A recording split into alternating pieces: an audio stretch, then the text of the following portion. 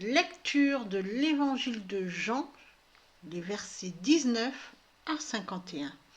Voici le témoignage de Jean. Quand les Judéens envoyèrent des sacrificateurs et des Lévites de Jérusalem pour lui demander « Qui es-tu » il fut très direct et dit clairement « Je ne suis pas le Messie ».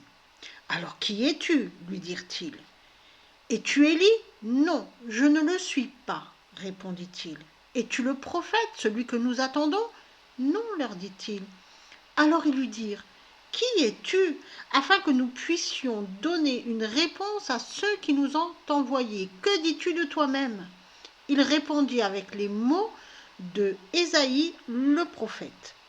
Je suis la voix de celui qui s'écrie dans le désert, rendez droit le chemin du Seigneur. Parmi ceux qui avaient été envoyés, il y avait des pharisiens. Ils lui demandèrent « Si tu n'es pas le Messie, ni Élie, ni le prophète, pourquoi donc immerges-tu les gens ?» Jean leur répondit « J'immerge les gens dans l'eau, mais au milieu de vous se tient une personne que vous ne connaissez pas. Il est celui qui vient après moi, et je ne suis pas digne de délier le lacet de sa sandale. » Tout cela se passait à Béthanie, à l'est du Jourdain, là où Jean pratiquait l'immersion. Le lendemain, Jean vit Jésus venir à lui et il dit « Voici l'agneau de Dieu, celui qui enlève le péché du monde. C'est l'homme dont je parlais quand j'ai dit « Après moi vient celui qui occupe un rang plus élevé que le mien, car il existait avant moi. » Je ne savais pas moi-même qui il était, mais la raison pour laquelle je suis venu pratiquer l'immersion dans l'eau était pour qu'il se manifeste en Israël. Puis Jean rendit ce témoignage. J'ai vu l'Esprit descendre du ciel comme une colombe et demeurer sur lui.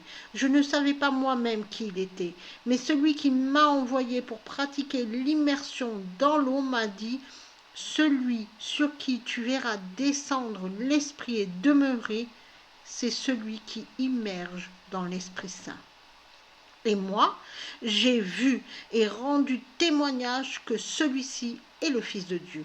Le lendemain, Jean se tenait là avec 2 de ses disciples. Voyant Jésus qui marchait, il dit « Voici l'agneau de Dieu ». Ses 2 disciples l'entendirent parler et suivirent Jésus.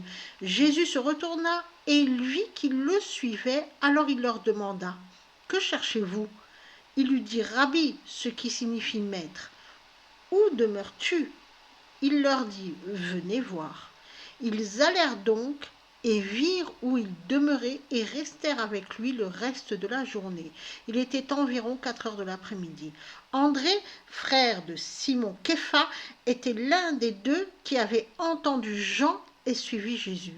Il alla trouver en premier son frère Simon et lui dit « Nous avons trouvé le Messie ». Ce mot signifie « celui qui a été oint ».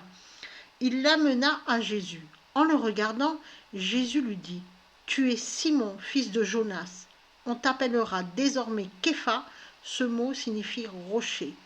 Le lendemain, ayant décidé de partir pour la Galilée, Jésus rencontra Philippe et dit « Suis-moi ». Philippe était originaire de Bethsaïda, la ville où demeuraient André et Képha.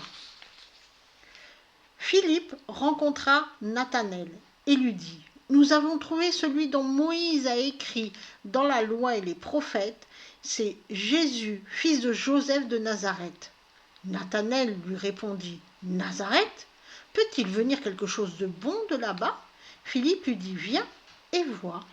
Jésus vit Nathanaël venir vers lui et dit à son sujet « Voici un vrai fils d'Israël.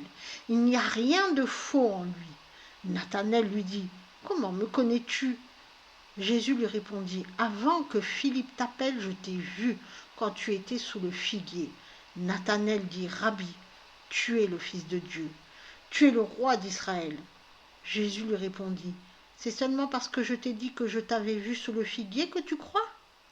Tu verras des choses bien plus grandes que celles-ci. » Puis il lui dit, oui, je te le dis, tu verras le ciel ouvert et les anges de Dieu monter et descendre sur le Fils de l'homme. Amen.